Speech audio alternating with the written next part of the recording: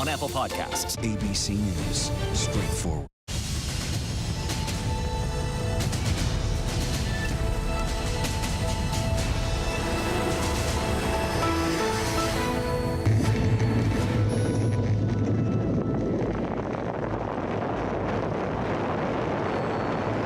Attention thrill seekers, no screaming on roller coasters.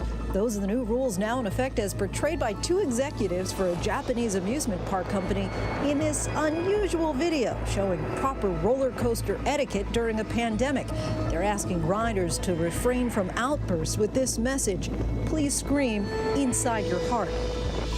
Breaking point, hospitals across the country now overwhelmed. Arizona hospitals nearly at capacity. 91% of ICU beds currently in use. In Florida, more than 50 hospital ICUs are out of space. And chilling new images inside a Houston hospital as doctors and nurses try to save a 66-year-old patient. President Trump critical of Dr. Anthony Fauci, saying, quote, "I think we're in a good place." What to do about schools? President Trump threatens to cut off funding if governors don't allow children back in the classroom. The vice president now says the CDC will change reopening guidelines after the president dismissed current guidelines, calling them very tough and expensive. Green card gridlock, the legal immigration crackdown now affecting doctors on the front lines of the COVID-19 fight, worried their families may get deported.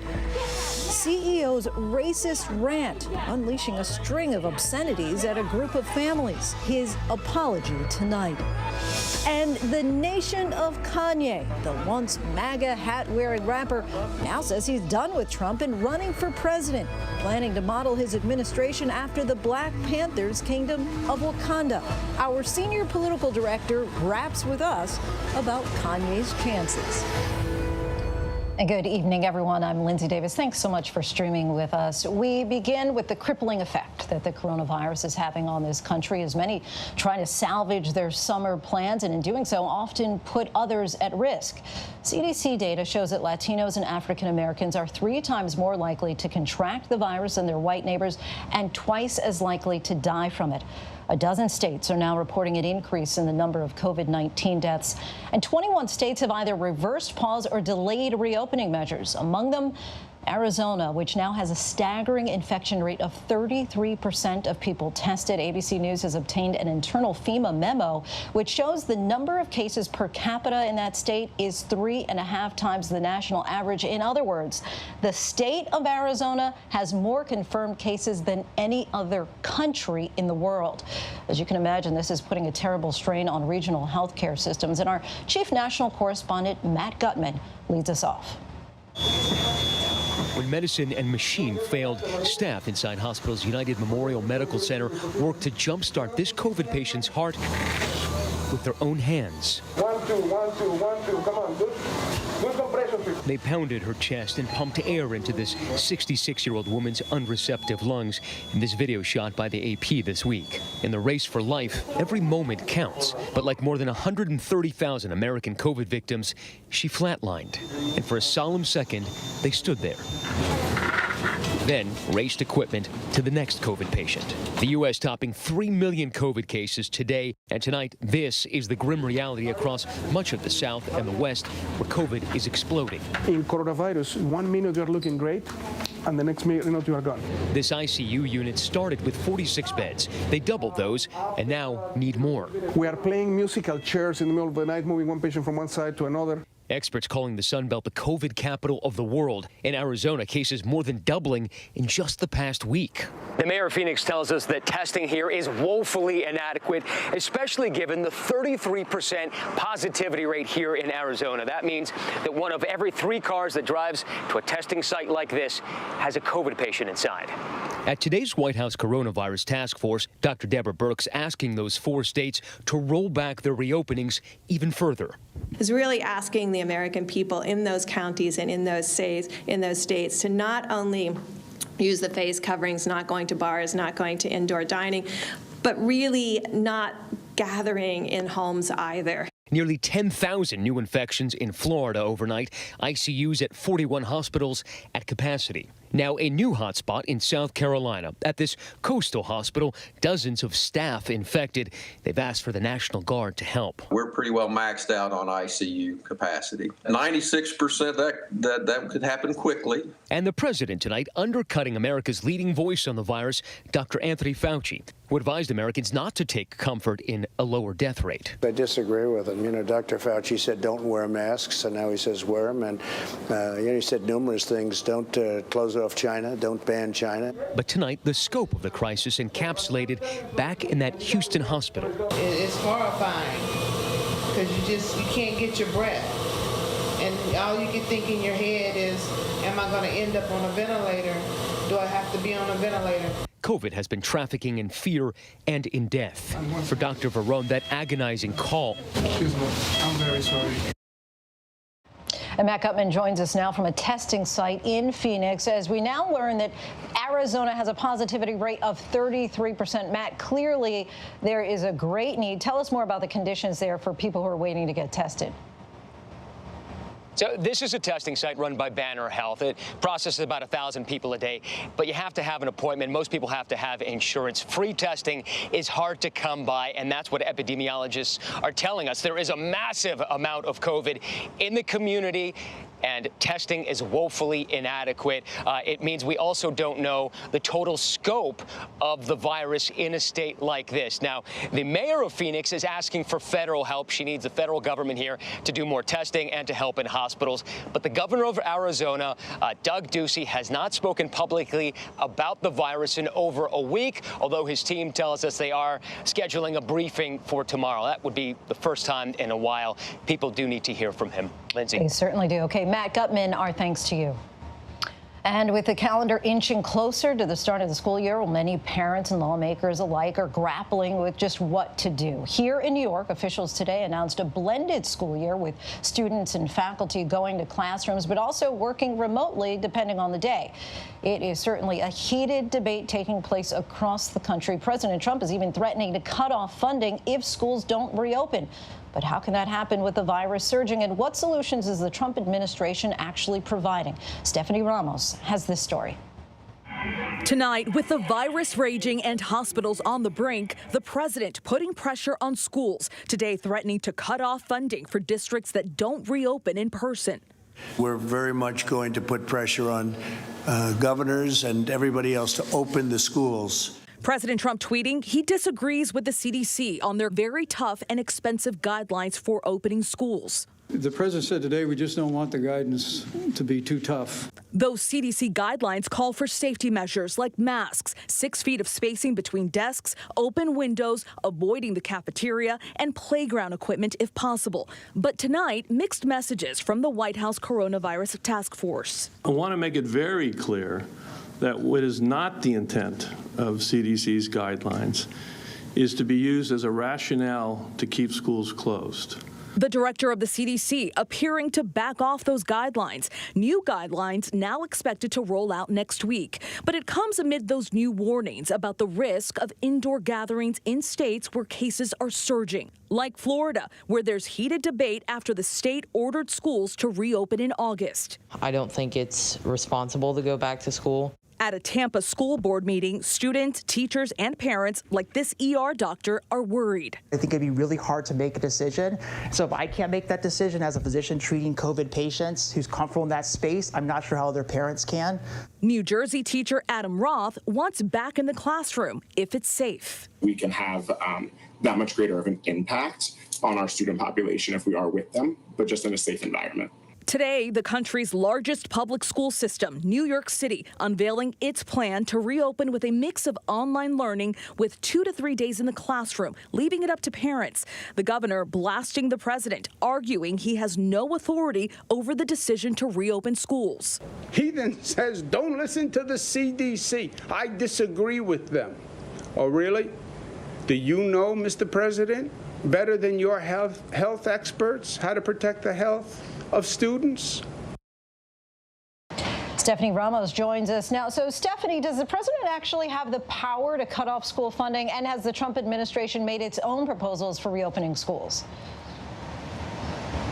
Right, right, Lindsay. Well, the president hasn't really spelled out how he would cut funding, but he would need Congress to cut off the little bit that he has. Most schools are funded by the state and local levels. However, Vice President Mike Pence has suggested that the White House could tie the reopening of schools to coronavirus funding down the line. But up until now, the White House has been pretty general. They've issued recommendations for COVID testing, but no real specifics on what school would look like. Lindsay. Stephanie Ramos, thanks so much. A key witness in President Donald Trump's impeachment inquiry is now retiring from his post in the U.S. Army. Lieutenant Colonel Alexander Vindman announced his decision today, saying his future will forever be limited due to political retaliation. President Trump fired Vindman as the top expert on Ukraine on the National Security Council back in February following the Senate trial. Top military leaders, including Secretary of Defense Mark Esper, had said Vindman would be protected from retaliation. Now to ABC's One-on-One with Attorney General William Barr, with racial unrest gripping the country for weeks, and as the Department of Justice faces criticism that it's become too political. ABC's Pierre Thomas conducted a wide-ranging conversation with Barr on Black Lives Matter, whether there's systemic racism in policing, and if we're in a culture war, as the president said today. Here's ABC's Chief Justice correspondent Pierre Thomas with the Attorney General. What's your view of Black Lives Matter, and are you willing to say Black Lives Matter? Well, I'd make a distinction between the organization, which I don't agree with. They have a broader agenda. But in terms of the proposition that Black Lives Matter, obviously Black Lives Matter. I think all lives, all human life is sacred. I also think that it's being used now is sort of distorting the debate to some extent, because it's used really to refer exclusively to Black lives that are lost to police misconduct, which have been going down statistically. 5 years ago, there were 40 such incidents. This last year, it was 10. So at least it's a positive trajectory there. But then you compare it to 8,000 homicides in the African-American community. Those are Black lives that matter, too. You think it's a symbol of hate? The president called it a symbol of hate, Black Lives Matter. I'd have to see what he said. I don't know what he said. But I also think, it's not just protecting life.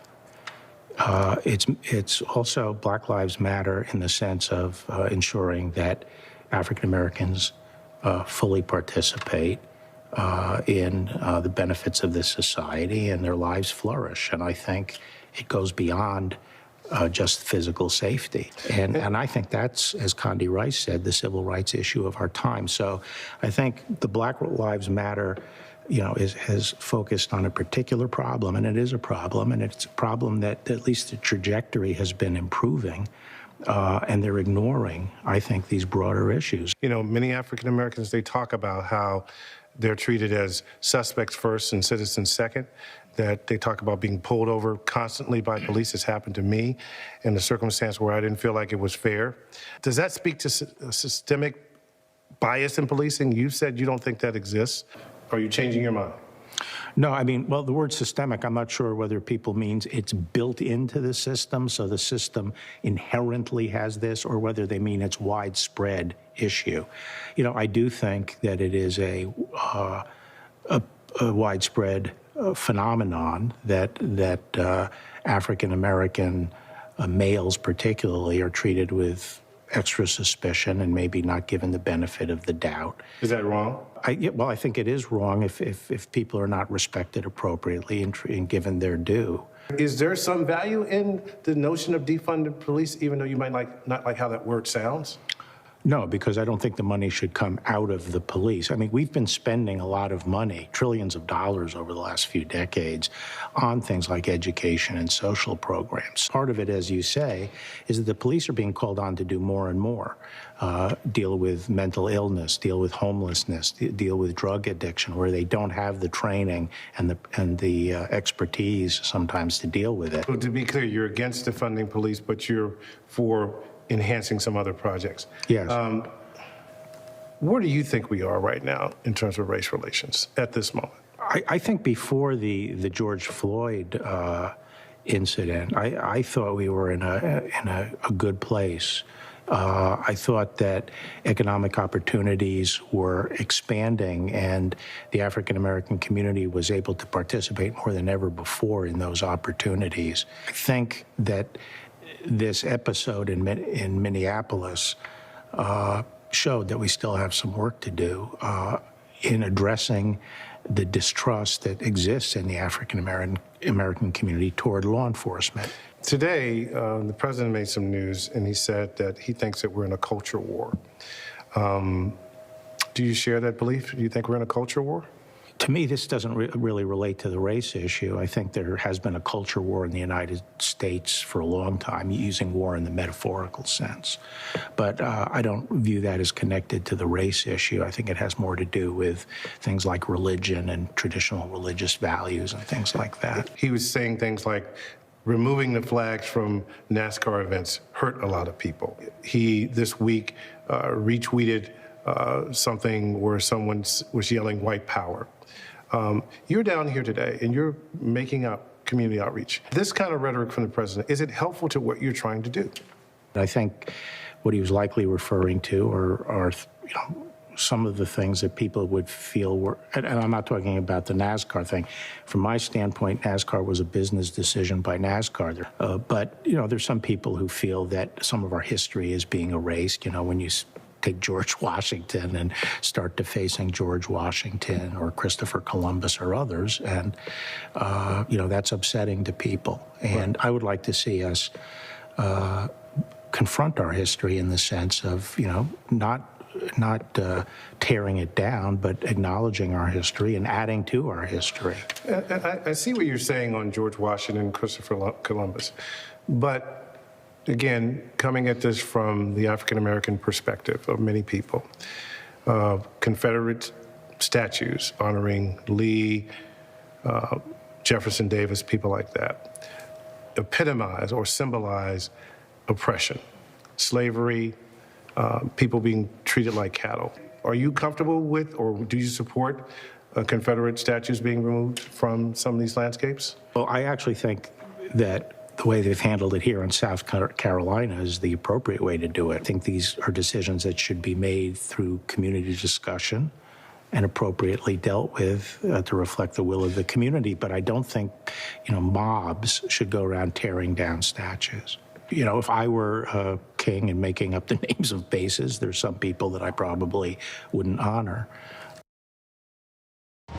Pierre Thomas joins us now from South Carolina. Pierre, certainly a wide-ranging conversation there on this moment our country is facing. You also asked Barr about some significant headlines, including the president's claims that mail-in voting will lead to fraud. What's the Attorney General's view on that?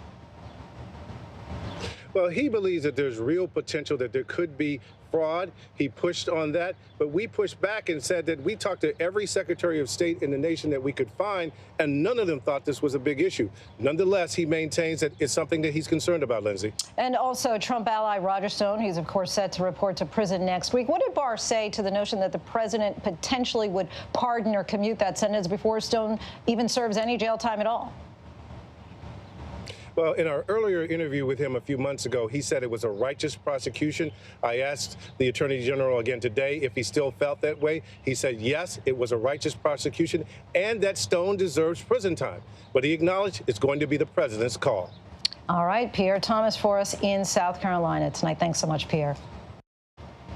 Now, next to the Supreme Court, siding with the Trump administration and upholding regulations that allow employers to deny women contraceptive coverage if those employers object on religious or moral grounds. Terry Moran joins us now. Terry, just explain the significance of this decision and also the rationale that the justices laid out in making the ruling. Lindsay, this is a huge decision, huge impact. The government itself, the Trump administration, estimates that with this ruling today, between 70,000 and 126,000 will lose their coverage for contraceptive services immediately. And here's why the court did it. Because the Obamacare, the Affordable Care Act, provided a requirement under regulations that employers had to provide insurance that covered women's contraceptive services. The Trump administration came in and they changed those regulations, saying that employers who had religious objections or even moral objections, just simply moral objection to providing that coverage, could opt out. The question was, Did the court have the power to stop the president from doing that, given that it was regulations, not Congress's law that did it? And in fact, they said that in a 7-2 vote with Justice Elena Kagan and Justice Stephen Breyer joining the conservatives, said, yeah, under the law, the president can do this. So Obamacare is not just the law, it's the regulations. And today the regulations changed. And the moral objection is enough. And also the court announced that tomorrow will be the final day of this term. And there's still one major ruling that we're waiting on regarding the president's finances. Explain that case to us. This is two huge cases on the power of the president. Is the president essentially immune from investigation by the House of Representatives or by a local district attorney? So 3 committees in the House controlled by Democrats. They want to see the president's tax returns and bank statements. And the Manhattan district attorney, he wants to see them too. And that is because in the House, they say they need him to write proper ethics laws around financial disclosure. The Manhattan district attorney, he's got a grand jury investigating what he thinks are crimes, the payoffs to Stormy Daniels and other things. This is going down to the wire. It did look in oral arguments as if the court didn't want to get in between Congress and the president. The House might lose that one. But a subpoena from a grand jury to an accountant and bank in a legitimate investigation, Trump may very well lose that, but don't hold your breath for seeing his tax returns because grand jury secrecy will apply. And while they leak sometimes, it would be surprising to see these before the November election. All right, we'll be watching for that tomorrow. Tamara Rand, thanks so much as always. And now to the hesitant return to sports. Major League Soccer players, they're back on the field tonight. But just today, the Ivy League announced it is placing all sports on hold at least until January. Some, though, are hoping that it could mean that football will still be played just in the spring. And as for pro basketball, NBA players have been making their way to practice in preparation for the season reboot. Our Will Reeve is there in Florida. We'll check in with him in just a minute. But first, his report. Tonight in Florida, the NBA is getting ready for action. Teams arriving for practice this week on the NBA campus at Walt Disney World, entering what they're calling the bubble.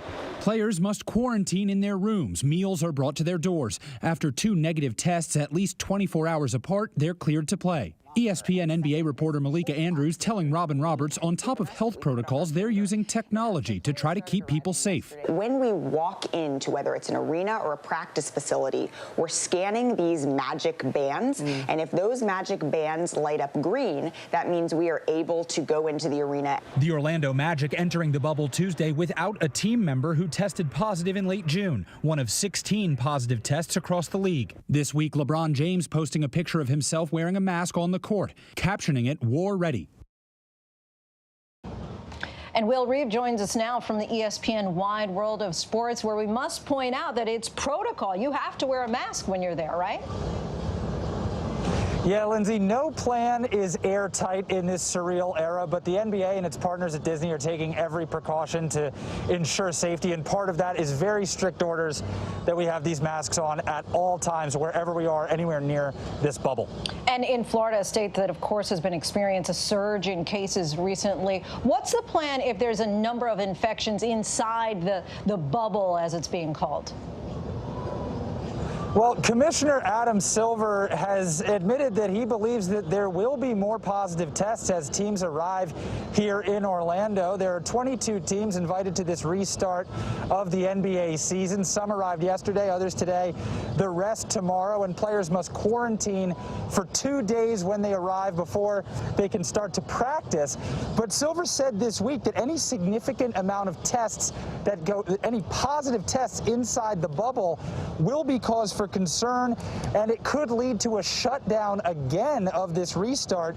He said we would know that there is, in essence, a hole in our bubble. 16 of 302 players, that's 5.3% of those tested in the run-up to this restart, tested positive, and they do expect that there may be more positive tests here. How many would qualify for a shutdown remains to be seen. Right, but they're willing to put their finger on the pause button again. And Will, also, you've been there since Sunday now, so what's the feeling among the early arrivals? And obviously fans have been starved of sports, but it's still very much right in the thick of things in the middle of this pandemic. So how are people there handling it all?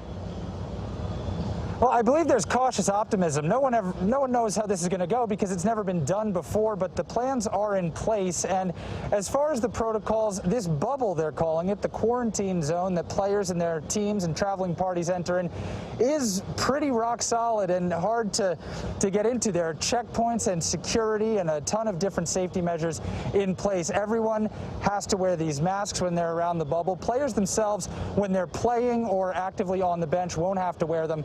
But otherwise, everyone who's involved in this NBA restart will be wearing masks and will be getting COVID tests while they're here. The players do have to quarantine. There's a lot of amenities that are going to be extended to these players as they're in this bubble, some up to maybe close to 100 days if their teams make the NBA Finals in October. And there are supposed to be lounges with video games and ping pong and things for people to do, but these players are going to be without their families and the creature comforts of home, of that NBA lifestyle that they're accustomed to for months here. They can't have guests until they arrive, until their teams make it past the first round of the playoffs. So they're not going to be seeing their loved ones for a long time, and they're not going to be getting those things that they're used to. One player for the Denver Nuggets, Troy Daniels, went viral yesterday for tweeting out his first meal that he received upon arrival into the bubble here, and it was underwhelming. Not to criticize anyone, but it did not look like what you would expect when you hear rumors of each team having a personalized chef for their teams. But reportedly that will come as the bubble is fully sealed and secured as the season resumes here on July 30th. Lindsay? Wow, yeah, potentially 100 days in isolation. ABC's Will Reeve in Florida for us tonight. Thanks so much, Will, for your reporting. And when we come back, the shocking conversation at the table next to them, a CEO on a hate-filled rant and the subsequent fallout. Kanye West speaking out about his plans to run for president, but is it too little too late to launch a campaign? But up next, the doctors on the front lines of the COVID-19 battle worried that if they get sick, their families may be deported. Our closer look at the legal immigration crackdown and the concerns from coast to coast.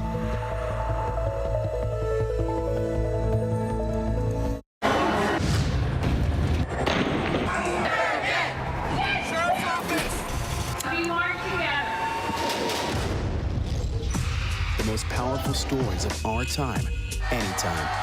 Nightline.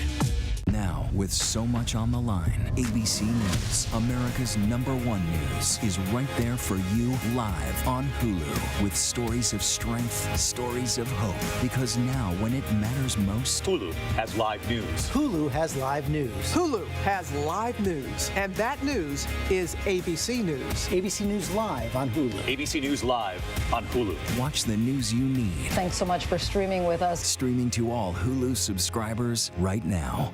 From inside our homes to your home, now is the time. We all just need each other. And that's why we love starting the day together with you. We'll see you in the morning on ABC's Good Morning America. You need to leave. Oh, you need to leave. Not talk no, you need to leave. What's wrong with you? Asian piece of Oh my God. An Asian family celebrating a birthday on the 4th of July verbally harassed with a profane racist tirade. You hear it right there. One of the servers actually stepped in and then forced the man to leave. The man has subsequently been identified as Michael Lofthouse. He's the CEO of a San Francisco tech company. He has since apologized through social media statements. And of course, we are a nation of immigrants, but lately doors have been shut to legal immigration and leaving countless high-skilled workers and students in limbo. Thousands are on the front lines of the battle against COVID-19, but could now face deportation. ABC's Kaylee Hartung has this report. Like so many doctors putting their lives on the line every day in the fight against COVID-19, Dr. Akshat Kamath has sleepless nights. I get sleepless nights because of thinking hypotheticals, what would my wife do, and, how would my daughter be if something were to happen to me. But unlike his colleagues at Southwest Medical Center in rural Kansas, if Dr. Kamath gets sick from COVID-19, his family's life as they know it will be completely upended.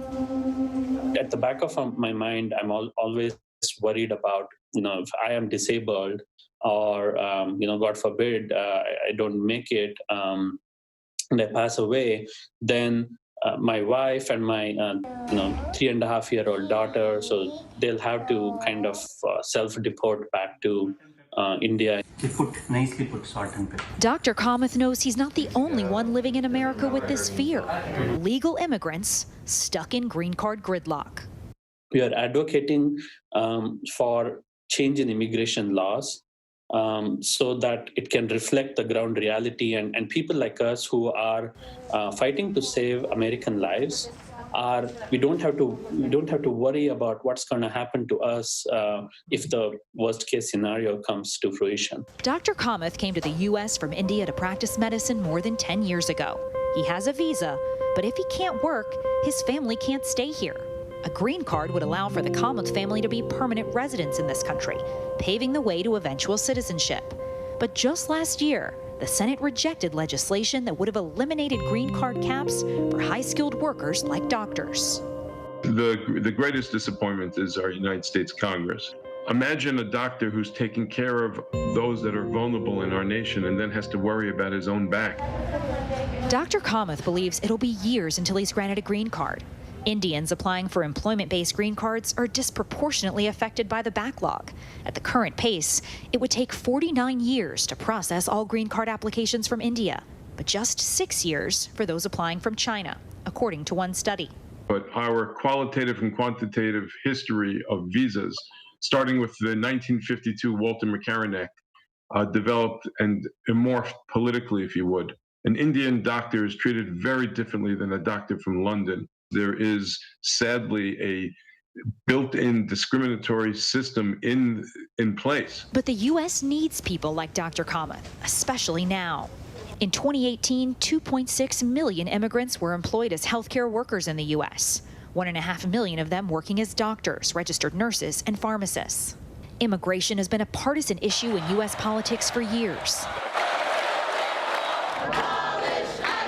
President Trump has touted that he wants people to come in legally. You got to come into our country legally. I've always said you have to come into the country legally, so not legal.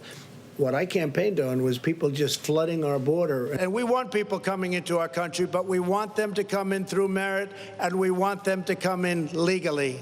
But this administration has repeatedly moved to curtail legal immigration and has now put freezes on green cards and visas for new immigrants. Michael Wilds is First Lady Melania Trump's immigration lawyer, but he's critical of the president's policies. Everybody is thrown into one pile, and it's just not appropriate. It's not appropriate when the president lauds himself on wanting a merit-based immigration system, and there are people that are not only the underbelly of our economy, but restoring and maintaining our lives. The government has to have more heart. According to the National Foundation for American Policy, 32% of applications for skilled worker visas were rejected in 2019, compared to just 6% in 2015. The American dream, now made even less attainable by the pandemic. 70% of immigration officers who process visas and green cards face furloughs unless Congress passes a bill to fund them. And just this week, ICE announcing it will force international students to leave the country if they don't attend in-person classes this fall.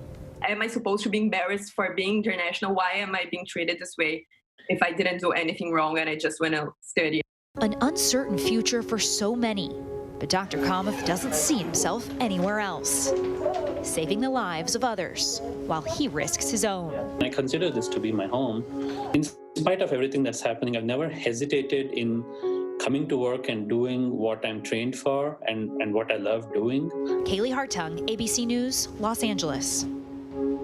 Thanks so much for Kaylee for bringing us that report. And still to come here on ABC News Prime, the storm system with a 70% chance to become Tropical Storm Faye, and where along the U.S. coastline it may impact starting as soon as tomorrow. Herd immunity, we've heard so much about it, but is it even realistic in our fight against COVID-19, and what would it take to achieve it? But first, our tweet of the day: sleeping while standing to avoid being called out by your parents. So put the snacks back in the cabinet, Amala. Oh, you sleep? In times like these, the news-making events happen here. ABC News. President Trump meeting face-to-face with one of the world's most brutal dictators, Kim Jong-un. The president. You trust him? I do trust him, yeah. I think he trusts me, and I trust him. Ivanka Trump. I have to ask you about your emails. Your father had taken Hillary Clinton to task for this. There just is no equivalency. So the idea of lock her up doesn't apply to you? No. Comey. How strange is it for you to sit here and compare the president to a mob boss? Very strange. Michelle Obama. What do you wish you could tell your pre-White House self? Whew. Melania Trump. Do you think there's still people there that he can't trust? Yes.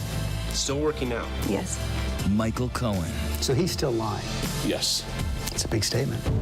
And now, in a year with so much on the line, we're right there. Good evening tonight from Washington, a very busy news night. America's #1 news source, ABC News, straightforward. We all need someone who'll pull no punches and give it to us straight. No bull, no spin. Now imagine getting your news like that. Just give it to me straight. ABC News, straightforward. Another week in America, a country facing a new test now. The Wuhan airport, almost no one here. The last flight out of Rome. This is the nursing home just outside Seattle. Dozens of people were just rushed off this cruise ship. This is ground zero. It is shut down. Another ambulance just pulled out. Now they're headed to the hospital. Time is of the essence. You can see the ship behind me. This is the first time tests have been done here. Morning, afternoon, evening, late night, 24/7. ABC News, there for you. What's the most innovative daily news podcast out there to listen to every day? Well, the Edward R. Murrow Awards say it's Start Here, the daily news podcast from ABC News. Even the New York Times calls us a top news podcast worth listening to. Start Here, free on Apple Podcasts. Welcome back, everybody. And now to the race for a COVID-19 vaccine and key questions that scientists want to answer. What's the length and effectiveness of protective immunity? And how would a vaccine work? Here's the latest research by the numbers. A potential COVID-19 vaccine is unlikely to be more than 75% effective, according to leading infectious disease Dr. Anthony Fauci. The measles vaccine, by comparison, is about 98% effective. Now, one issue is that antibodies thought to protect us from COVID-19 can actually disappear in only 2 to 3 months. That's according to a new study from China. Similarly, the antibodies that we produce after catching the common cold, which is also caused by a type of coronavirus, they last only 3 to 6 months, which is why colds are so common. Now, some had hoped that we could develop so-called herd or population-wide immunity to COVID-19, but 70 to 90% of the U.S. population would need to develop antibodies in order to achieve that. That's according to Johns Hopkins, which equals up to 300 million Americans. Well, with about 3 million Americans testing positive so far for the virus, we are nowhere near that. And we still have a lot to get to here on Prime. Speaking of vaccines, the warp speed efforts to bring one to market. We'll tell you about the government's major investment in one company. Kanye West says he's running for president, but what will it take for him to end up actually on the ballot? And what's his platform? And she's the teacher that made national headlines after she slept with her 12-year-old student. She called it love. Many others called her a predator. Tonight, her family is remembering Mary Kay Letourneau. But first, here's some of the trending stories on abcnews.com.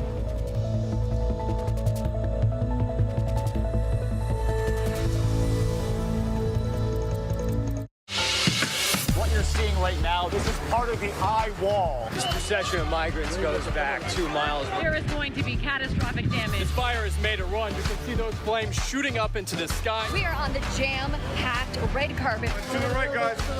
So this is the 4th weekend of protest.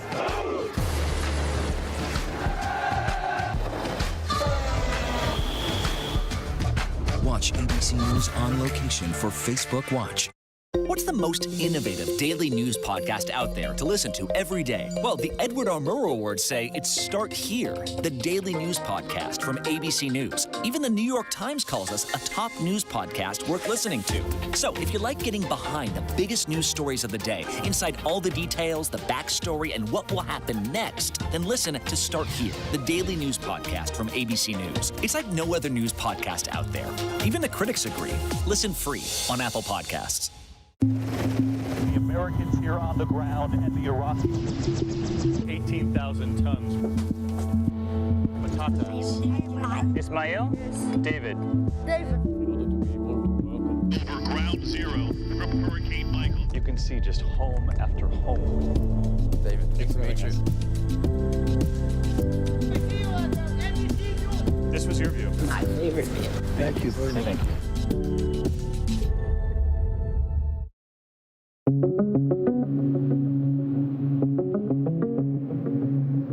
The White House ramping up the pressure for in-school learning to resume in the fall. Ultimately, it's not a matter of if schools should reopen. It's simply a matter of how.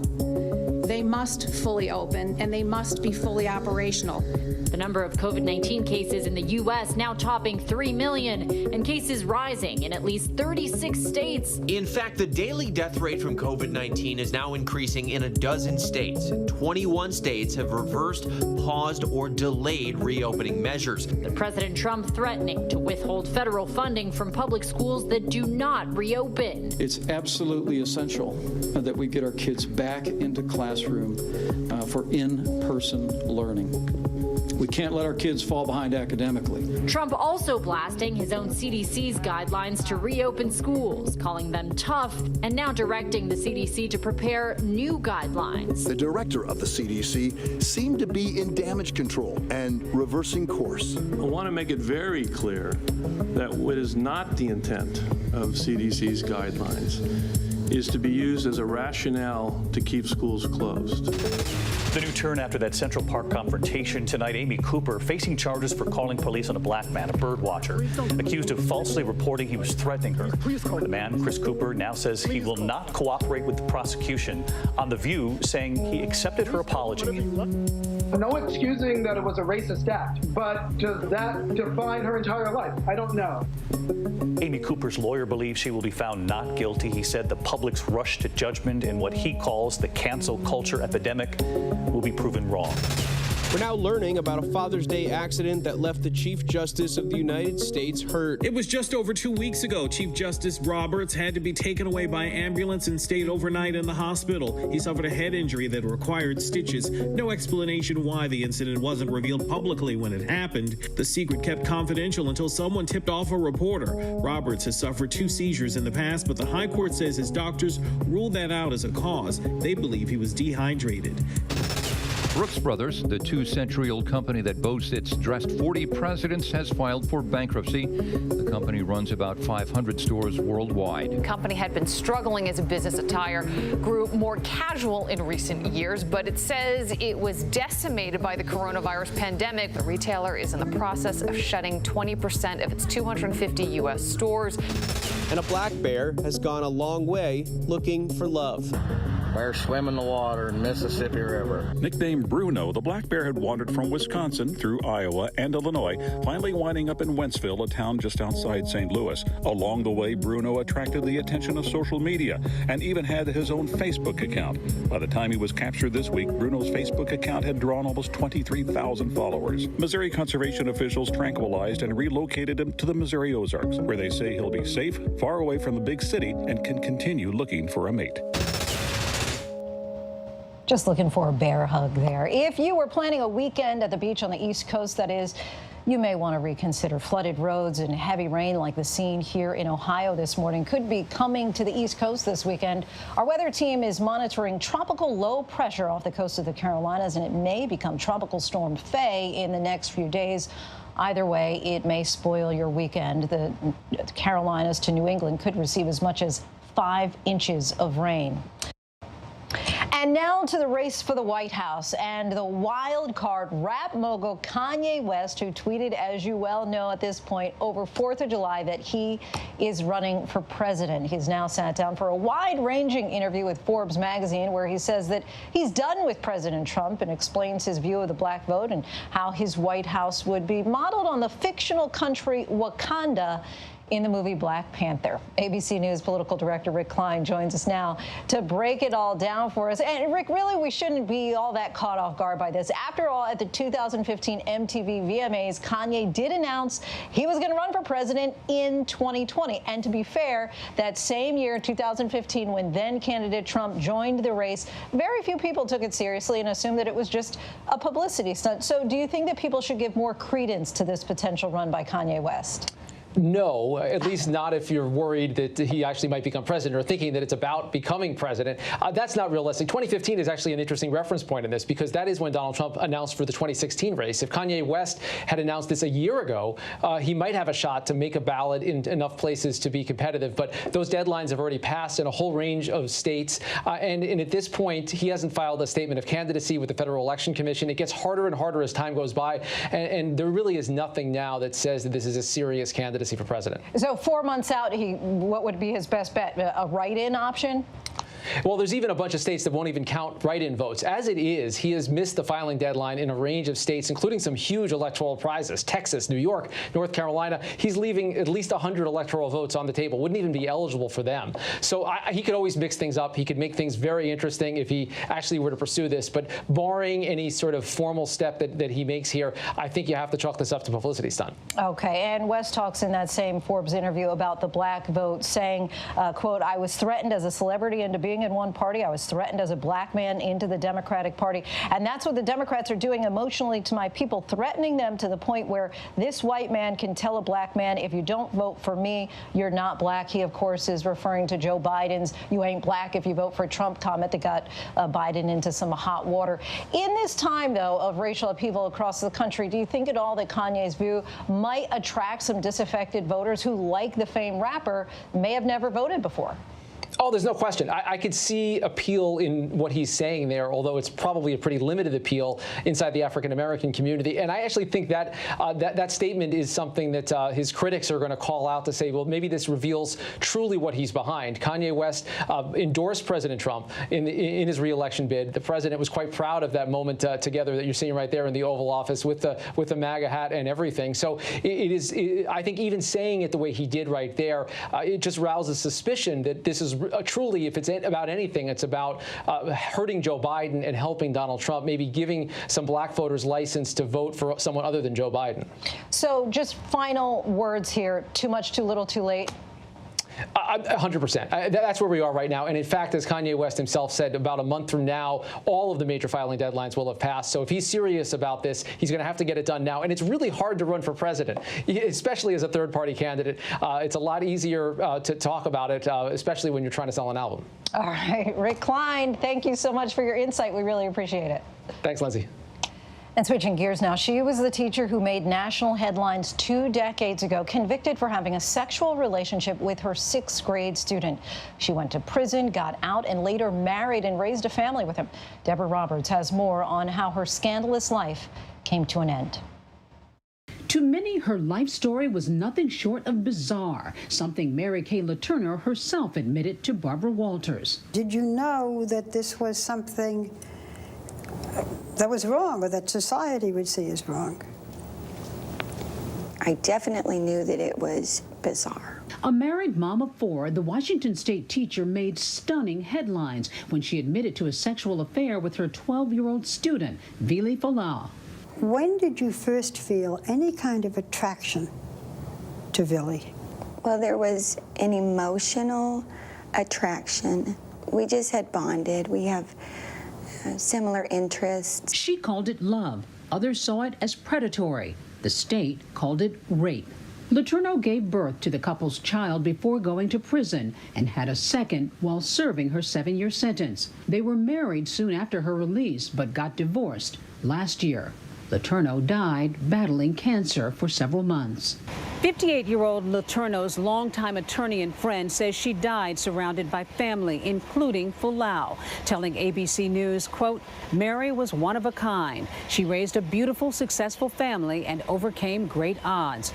Both sides of Letourneau's family saying they drew great strength coming together to be with her during her arduous struggle. For ABC News Live, Deborah Roberts. Our thanks to Deb for that reporting. And many are certainly putting their hope in the pandemic coming to an end with a vaccine. There are pharmaceutical companies across the globe that are now working feverishly to make that happen. But if a vaccine is actually found in the coming months, that would be unprecedented. Typically, the process takes years due to government oversight. But a newly launched program called Operation Warp Speed is spending billions of dollars to safely speed up the process. Tonight, our Bob Woodruff begins our weekly series with a look at where things stand. He speaks with the CEO of a company who hopes to have a vaccine by the end of the year.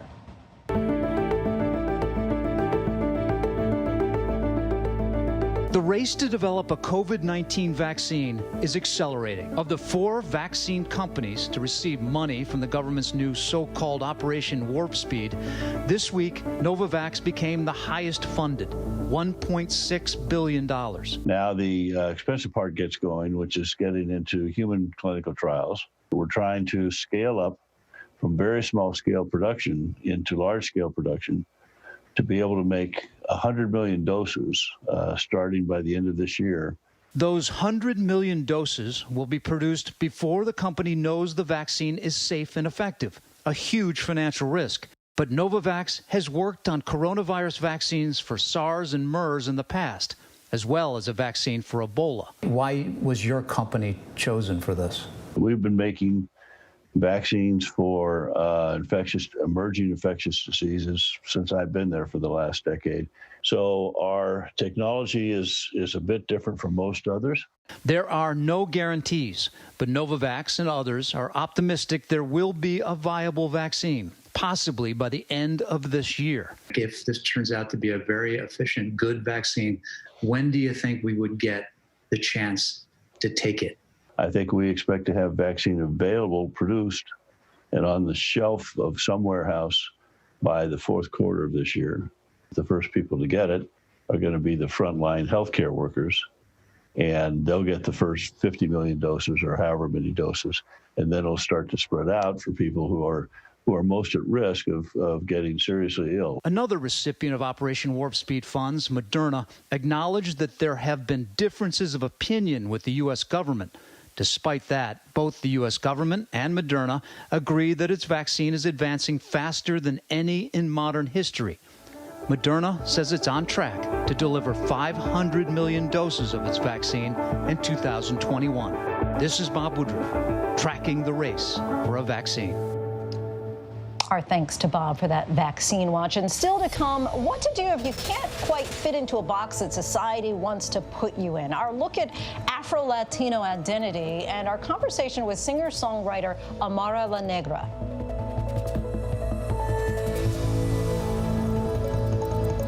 From inside our homes to your home, now is the time. We all just need each other. And that's why we love starting the day together with you. We'll see you in the morning on ABC's Good Morning America. Friday nights, 9/8 Central. True crime, cinematic, real-life drama, stunning, the unthinkable. Follow the clues. The Hunt. True crime. 2020. Friday nights, 9/8 Central on ABC. The world may feel out of your control, but your happiness doesn't have to be. Learn the secrets to happiness. Listen to the 10% Happier podcast, free on Apple Podcasts. ABC News honored winner of 4 Edward R. Murrow Awards, including the most prestigious honor, Overall Excellence in Television. ABC News, America's #1 news choice. This is what being live is all about. This is ABC News Live, the 24/7 streaming news source from ABC News. Breaking news, live events, streaming nonstop. Original breakthrough storytelling from ABC News, National Geographic, ESPN, and it's all designed differently for you to stream straight to any screen whenever you want. ABC News Live. Streaming everywhere, right to you. ABC News Live. It's that easy to go there. Now, With so much on the line, ABC News, America's #1 news, is right there for you live on Hulu with stories of strength, stories of hope. Because now, when it matters most, Hulu has live news. Hulu has live news. Hulu has live news. And that news is ABC News. ABC News Live on Hulu. ABC News Live on Hulu. watch the news you need. Thanks so much for streaming with us. Streaming to all Hulu subscribers right now. ABC News, America's #1 news source. Straightforward news, straight to the heart of the story. ABC News, straightforward. Welcome back, everybody. The George Floyd protests have certainly sparked some tough conversations about race and identity. For many American Latinos, it's been a wake-up call of sorts. Afro-Latinos have been living an, at times, difficult dual existence of being both Black and Latino in America. Alex Perez has this story. She's a singer. I wanna know, baby, does that make me insecure? Reality show star. But I'm Latina. And rapper. She's known for embracing her Afro and Blackness. But despite all her success and accomplishments, there's one battle Amara La Negra has always had to fight, defending her Afro-Latin Blackness. So really the Black influence, the diaspora is everywhere. Exactly. Having to defend yourself like that all the time, why do you think it's so hard for people?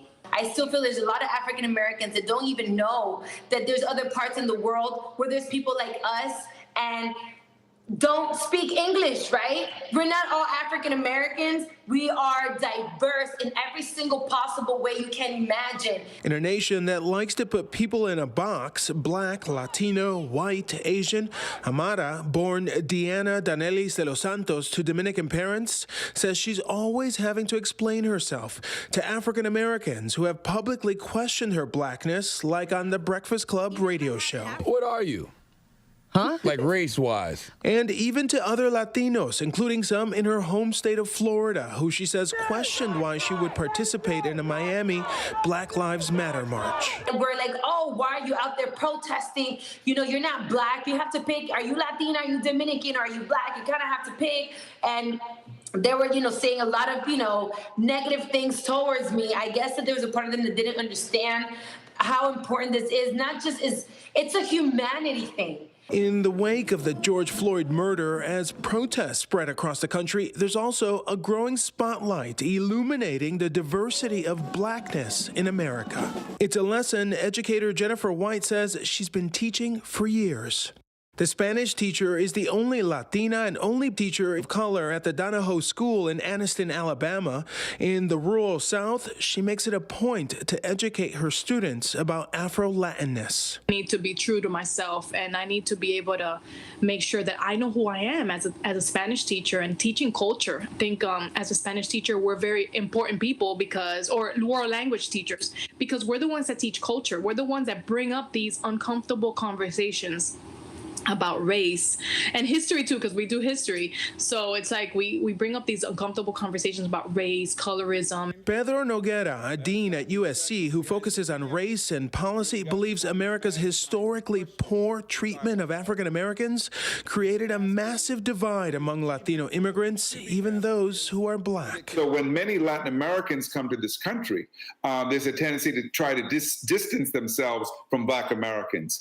And that's true even amongst people who phenotypically from Latin America are Black. So you think about American baseball, someone like Big Papi, the great slugger from the Red Sox, who is clearly Black, very dark-skinned, does not identify as Black, identifies as Dominican, as if that were separate and somehow from being Black. Adding to the complexities in America, the many countries Latino families can originate from. And so who is a Latino? So many Latinos identify more with nationality. They will say, I'm from El Salvador, I am from Panama, not that I'm Latino. Latino doesn't mean a whole lot.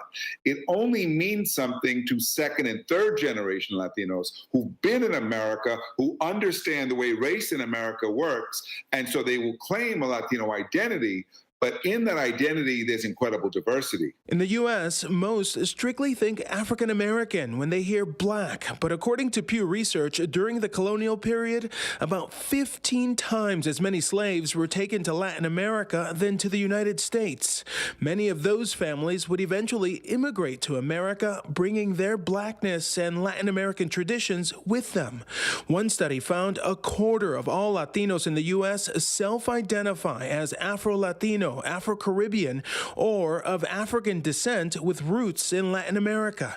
As protesters have filled the streets across the country recently, demanding changes to systemic problems, it's become clear those demonstrators are a diverse group. One indicator, says Noguera, of how the concept of race in America is evolving. It's not static. It's rooted in politics, not biology. Once we see it that way, we understand how and why it's used. It's used to rationalize oppression. It's used to divide people. And that's what we have to reject. We have to reject racism and the ways in which it's used to keep people apart and to justify discrimination. Once we see it that way, then we can celebrate our identities, celebrate our culture, and not do it in ways that put others down. And perpetuate racial hierarchy. Rejecting racism and celebrating her Afro-Latina beauty is why Amara says she'll continue to speak up. She often turns to one of her role models growing up.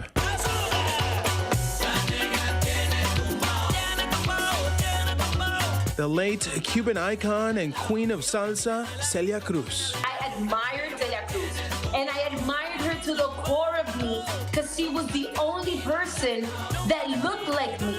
A struggle for identity that she hopes one day the future of America won't face. Because we will stand strong together. We will stand strong together. Alex Perez, ABC News, Chicago. Our thanks to Alex for that. And before we go tonight, our image of the day. Take a look. A teacher in Orlando joining a group of her colleagues protesting her state's decision that all Florida public schools open in August despite the spike in coronavirus there. It's a reminder that whatever the politics, people feel their lives could be at stake. And that is our show for this hour. Be sure to stay tuned to ABC News Live for more context and analysis of the day's top stories. I'm Lindsay Davis. Thanks so much for streaming with us, and good night.